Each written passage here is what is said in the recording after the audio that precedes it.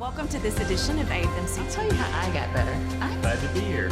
But a mission to Delivery improve. of Well, I think that we're going to talk about everybody's. Arkansas is the second highest prescriber. Welcome to AFMC TV. I'm Robin Ledbetter. Thank you for joining us. I have with me Dr. Heather Young today. She's the Associate Professor of Pediatric Infectious Diseases at UAMS. Dr. Young, thanks for being here. Thank you for having me. So we're talking about measles today. Have we seen any recent outbreaks of measles in Arkansas, or is there a significant concern about it in this state? We haven't seen any cases of measles in Arkansas yet, but there is growing concern because there is an ongoing outbreak in Texas nearby to us. We currently have our vaccination rates for measles have been not the best. We want to have herd immunity, where that means that everybody has a 95% rate of vaccine coverage for measles in the state. But when we look at children, specifically kindergartners and who started school in 2023 and 2024, only 23 out of 74 counties in Arkansas had a rate of coverage that was 95% or more. That means that over 40% of Arkansas counties is at risk for having a measles outbreak. And with what's going on in Texas being just next door, the concern for that is pretty high. And you mentioned vaccination rates. How does that compare to national averages? So the Arkansas rate right now for, say, children who are about the age of 2, our rate is only 82.4%, whereas the national rate is 90.6%. The numbers get a little bit better, but they're still not perfect whenever you get to 3 years old. In that case, there's 86.9% of 3-year-olds in Arkansas have had their MMR, but in the U.S., that's 93.3% of 3-year-olds. The other thing is people who are under-vaccinated tend to cluster. So, they tend to, belong to a faith group or a philosophical group that they tend to congregate together because they're like-minded people. And so in those pockets, you can have actually far, far, far lower rates. So how would you describe the overall public awareness of measles in Arkansas? Is there enough education on the topic? As far as the general public and having enough education and overall public awareness, I think that the overall low vaccination rates exemplify that we don't have great public awareness and that there's definitely some need for education. There's also a large hurdle of disinformation to overcome when it comes to the measles vaccine. And how can you explain how measles is transmitted and how contagious it is compared to other illnesses? So measles is the most contagious infection known to humankind. The secondary attack rate, so if you have measles and you walk into a room and there's 100 people in the room that are totally susceptible to measles, 90 of those people will get measles afterwards. When we talk about infectious rates as well, another way of measuring that is called the R naught. And so that is the reproductive number of how, if you have one person who's sick, how many people they'll infect. So for measles, that R naught number ranges between 12 to 18. To put that in perspective, seasonal flu is 1.3, Ebola is 2, HIV is 4. The Delta variant of COVID was somewhere between 5 and 8, and chickenpox is around 8 to 12. Measles is spread through the air. So somebody coughing and sneezing, these infectious particles, they hang out in the air for a long period of time. So if there's a patient in an exam room, kind of a closed off room, if they're in there and they're coughing and they're sneezing, those infectious particles will last for 2 hours afterwards, and anybody who comes into that room in that 2-hour period is at risk for getting measles. So it's very contagious. And who is most at risk for contracting measles in Arkansas, and why? Is it an age demographic? It's the unvaccinated or under-vaccinated groups, or anybody who has an immune system that does not respond to vaccines. And that's also particularly concerning because those individuals have higher rates of death after contracting measles. And you mentioned weakened immune systems.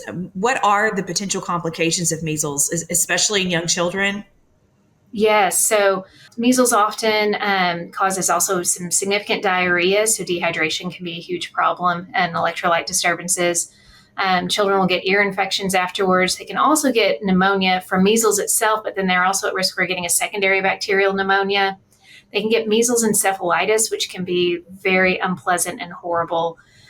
Then there's also a condition called subacute sclerosing panencephalitis that occurs 7 to 11 years after initially having measles. And that is a progressive neurodegenerative disease from measles that inevitably results in death. So, and above and beyond all of that, there's just death itself from measles. All of these complications are most common in children younger than 5 years of age or in adults who have measles.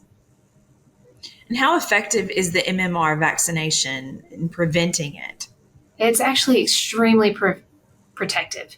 95% of children who get their first vaccine develop protective antibodies. Back in the 1980s, we realized, though, that about 7% of kids, somewhere between 2 and 7% of kids, didn't actually respond to that first dose. And so that's why a second dose was added to the vaccine schedule in the late 80s. And so that's where we get the one that we typically give at 4 years of age. And the immunity tends to be lifelong. And you mentioned 4 years of age. So there's two. When does the other one take place? So usually it's at 1 year of age. And then typically we wait until about age 4 to give the second vaccine, but you can actually give it as soon as 4 weeks after that first vaccine. So how does someone differentiate measles from illnesses like the flu or a cold? Right. So measles starts out, the first thing is a prodromal illness. So, and that usually occurs 11 to 12 days after you've been exposed to the measles. Causes you'll have a really runny nose, not just a little bit of congestion, but this is like you're pouring down a lot of snot. You'll have cough. They'll have conjunctivitis. Older adults report that the conjunctivitis is really painful. Also, you have this high fever, like it starts out as a regular fever, but then it continues to stepwise go up and get really high. You'll see temperatures like 103, 105, no problem. After a couple of days of that, the first thing that will happen is there'll be inside the mouth, there's these things called Koplik spots on the buccal mucosa, which are little kind of whitish little spots all around inside the mouth. After that, there's a rash, and it starts at the hairline, usually on day 5 or 6 of illness, and it spreads down and out. It's maculopapular, so tiny little red dots, and then those coalesce, especially on the face and the trunk, as time goes on. Initially, those red spots are blanchable, like you put your finger on them and then the color changes. But then later on, it's no longer does that; it just stays red all the time. The other thing that will happen is that the worst parts of the rash eventually they'll start just peeling off in big old scales. Kids they are miserable when they have the measles. So if you have a happy, playful child who's just got a rash and they're running around the room, being kids, that's probably not measles. These kids are clingy. They do not want to be messed with. They look absolutely miserable. And they also have a decreased appetite, and they'll have a lot of cervical lymphadenopathy and general lymphadenopathy. So you kind of have to bear all of that in mind. It's not uncommon for primary care doctors to miss the dose diagnosis on the first couple of days because a lot of things will look like that. But once you start seeing Koplik spots in the mouth, and certainly once you get this very characteristic rash, hairline down and out, then that needs to make you very, very concerned for measles. So what steps should parents take if they suspect that their child has measles? Like how soon should they seek medical help? So the best thing I can tell parents to do is it would be a very good idea, since measles is so contagious, to call their primary care doctor initially and say, hey, I'm worried that my kid has measles. They have this rash, whatever. So that way the pediatrician's office or whatever healthcare center can come up with a game plan of how to check out that child without potentially infecting the other kids. And, you know, I can tell you that back in the 1980s, during one of the last epidemics of measles, a lot of the times the pediatricians would just go out to people's cars and go look at the kids in the car to see. So they should call as soon as you're worried about it. Yes, you should call and see what to do. But I would call first before just showing up to the clinic. And a healthcare provider has to act pretty quickly as well once they've identified that it is and a diagnosis has been made. Correct, because we've got to get the health department looped in, do contact tracing and all of that stuff. So as soon as someone is concerned for measles, we should act quickly. The health department has an outbreak response team that we can call, that the health provider themselves should call, report that, and should initially do workup as soon as you're concerned. And that is done. So you can do a nasopharyngeal swab that does or an oropharyngeal swab that does a PCR for measles, also urine PCR, and then there's the serum IgM. There's an measles IgG only really shows that somebody has immunity, so you don't just send that one. That just tells you if they're immune or not. It does not make the diagnosis. I've had several false calls of somebody being worried that somebody has measles whenever it's just an IgG that was positive. But you have to have the IgM to be positive for it to be an acute measles case. And there are some challenges in treating it, especially in young children. What are some of the complications? So the big problem is we don't have any sort of antiviral therapy that we can use to help prevent this or stop this. There's really only supportive care is recommended, and part of that supportive care does include vitamin A supplementation. That children who have measles are often vitamin A deficient or become vitamin A deficient while they have measles. So there's some recommendations to give vitamin A supplementation, but everything else is supportive care. So it's fluids, keeping them hydrated, keeping them supported with oxygen if they develop a pneumonia, watching for secondary bacterial infections, those kind of things. And there could be some long-term effects too if someone recovers from having it. Right. So the big scary long-term effect is the subacute sclerosing panencephalitis that I talked about that causes this degenerative, inevitably fatal neurodegenerative disease.